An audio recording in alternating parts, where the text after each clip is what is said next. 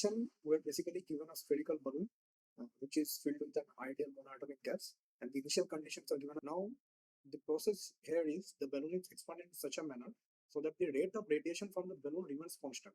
What is this rate of radiation? So it's basically dq over dt, that is E a sigma t to the power 4. I hope you know the meaning of all these signs. These are standard conventions.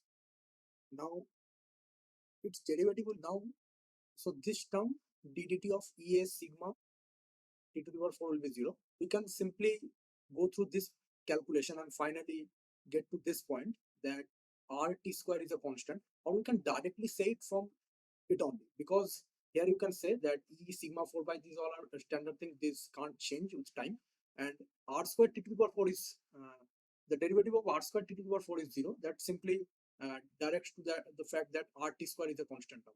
Now, radius is basically volume to the power 1 by 3. It's proportional to volume to the power 1 by 3. And temperature for any ideal gas, it's proportional to PV. So T square is proportional to P square V square. So from this we can say that PV to the power 7 over 6 is a constant. So from here we can compare this process to the standard PV to the power X process. And we know the calculation of C, that is the specific heat capacity for such processes. That is R over gamma minus 1 plus R over 1 minus X. X is basically 7 over 6. Gamma is simply 1 plus 2 by 3. So this reduces to 3 over 2, and this is basically minus 6R.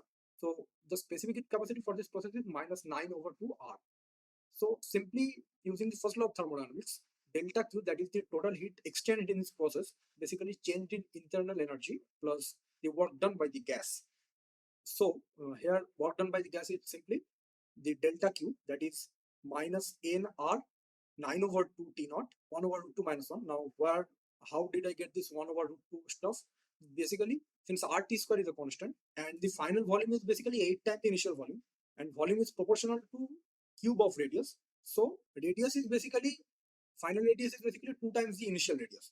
So here we can directly directly get the conclusion that final temperature is 1 over 2 times the initial temperature. So here we can get the difference, and simply computing these terms, we will get that here N is 2. So this question include multiple concepts regarding the radiation process through any body, the PV to the power X general process, and I would highly urge you to remember this thing, because this is actually not pretty straightforward result, but if you remember this, you will get edge on many questions. So thank you.